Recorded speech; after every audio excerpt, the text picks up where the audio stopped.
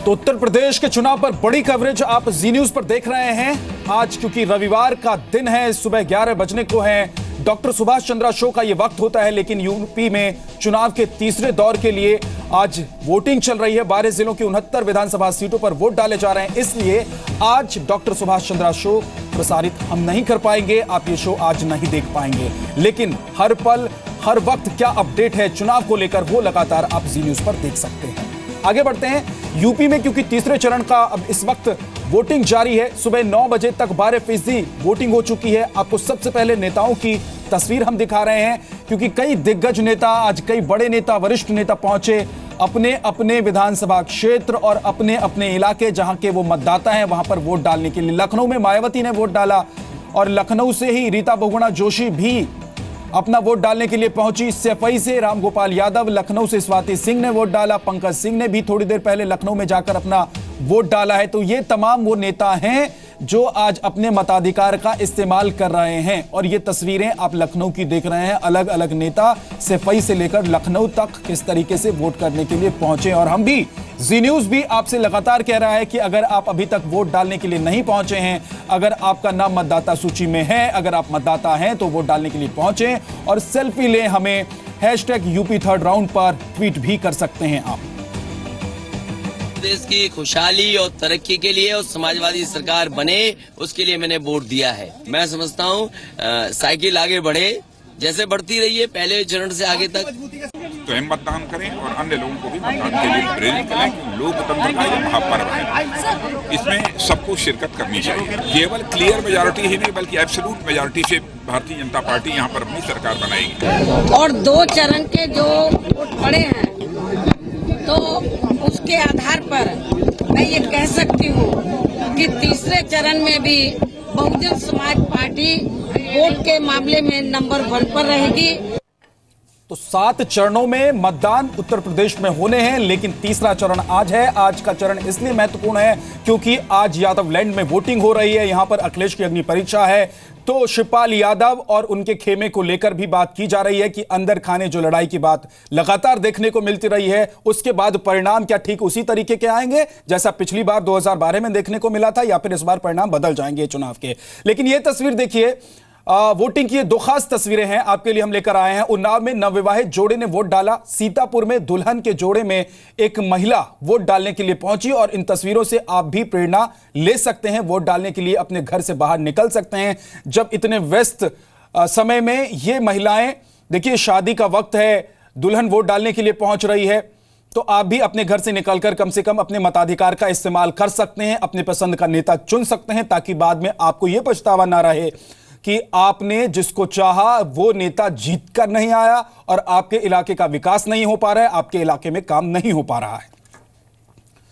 चुनावी मैदान में नेताओं के बेटे भी हाथ आजमा रहे हैं। तीसरे चरण में बीजेपी के पूर्व सांसद लालजी टंडन के बेटे गोपाल टंडन मैदान में हैं।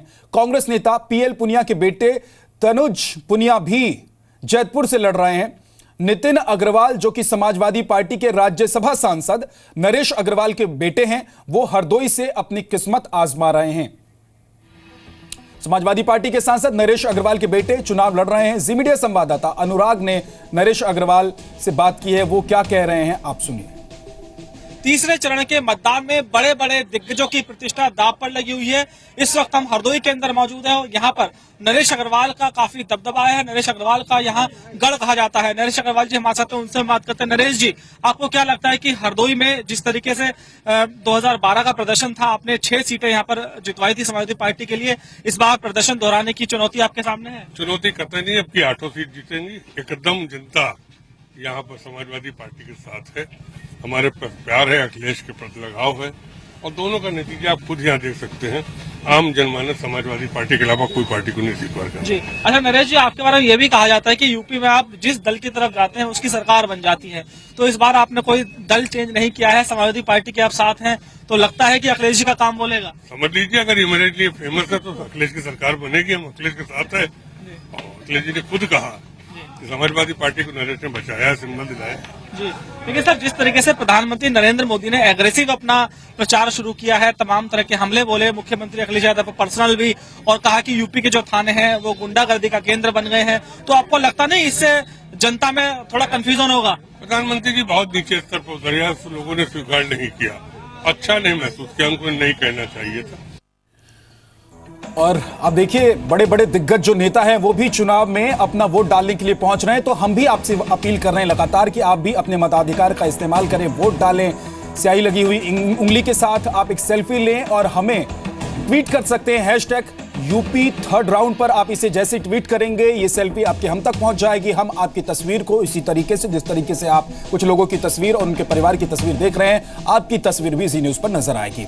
अब बात बाराबंकी की करते हैं। बेनी प्रसाद वर्मा यहाँ के बड़े नेता हैं और मुलायम सिंह यादव के पुराने दोस्त हैं। वो अब क्योंकि समाजवादी पार्टी में वापस शामिल हो चुके हैं, लेकिन वहां पर लगातार इस वक्त वोटिंग भी जारी है। बाराबंकी से जी मीडिया संवाददाता नीरज की एक रिपोर्ट आपको दिखा देते हैं। बाराबंकी का रामनगर क्षेत्र, यहाँ पर हम खड़े हैं सिरौली गौसपुर गांव में। यहाँ पर लोगों में काफ़ी उत्साह है और सिरौली गौसपुर ये इलाका है, ये इलाका कहा जाता है बेनी प्रसाद वर्मा, यहाँ इनका गांव है और उनसे काफ़ी प्रभावित ये इलाका है। यहाँ पर किस तरह की लड़ाई चल रही है और किस तरह से वोटिंग को लेकर उत्साह है, आइए हम लोगों से बात करते हैं। का विकास हो और ईमानदार व्यक्ति उम्मीदवार होना चाहिए, यही सोच कर हम लोग वोट डाल रहे हैं। यहाँ पर सबसे बड़ी समस्या किस चीज़ की है? समस्या सबसे बड़ी ये है कि इसे रोड हैं बने हैं, उखड़े हुए पड़े हैं।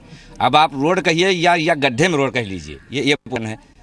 तो मतलब कोई सुविधाएं चल रही हैं लेकिन सब वही लेट लपेट चल रहा। जी मतलब यहाँ कोई नहीं आता, यहाँ तो कोई वोट मांगने ही नहीं आया सिरौली गौसपुर में कोई भी पार्टी का।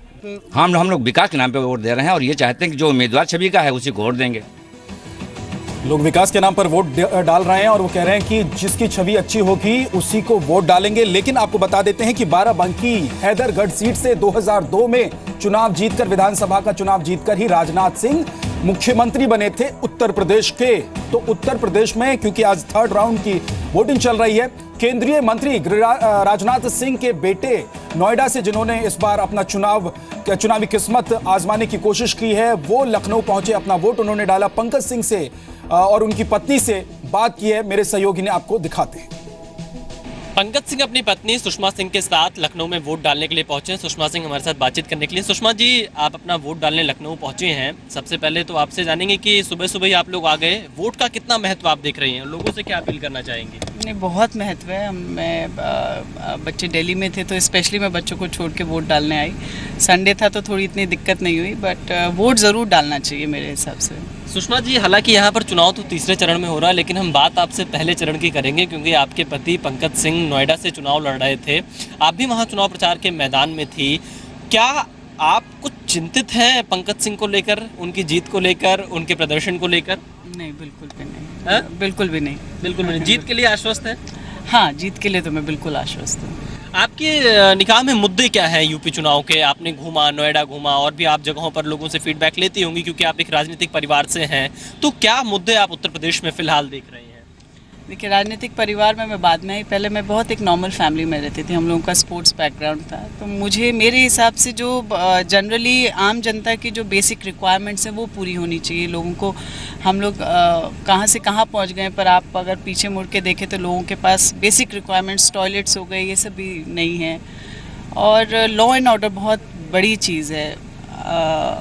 बीइंग अ लेडी, अगर आप सुरक्षित कहीं भी घर में ही नहीं महसूस करें तो बाहर तो आदमी निकल के वैसे ही परेशान रहता है। सुषमा सिंह, राजनाथ सिंह के बेटे पंकज सिंह की पत्नी को आप सुन रहे थे। पंकज सिंह इस बार चुनावी मैदान में हैं, हालांकि इस फेज में उनके लिए वोटिंग नहीं हो रही है, इससे पहले ही उनके लिए वोट डाले जा चुके हैं, उनकी किस्मत कैद हो चुकी है ईवीएम में। लेकिन क्योंकि लखनऊ से पति और पत्नी दोनों ही वोटर हैं तो लखनऊ में वोट डालने के लिए पहुंचे थे। और अपडेट हम आप तक पहुंचाने की कोशिश कर रहे हैं, लेकिन एक जरूरी सूचना भी हम आपको एक बार फिर से बता देते हैं क्योंकि रविवार की सुबह 11 बजे का वक्त होता है डॉक्टर सुभाष चंद्रा शो का, और आप इसको देखते हैं और बड़ी ही दिल लगी के साथ इस शो को आप लोग देखते हैं। तो हम आपको बता दें कि यूपी में क्योंकि तीसरे दौर का चुनाव चल रहा है, 12 जिलों में 69 विधानसभा सीटों के लिए वोट डाले जा रहे हैं और इसीलिए आज डॉक्टर सुभाष चंद्रा शो हम आपको नहीं दिखा पा रहे हैं।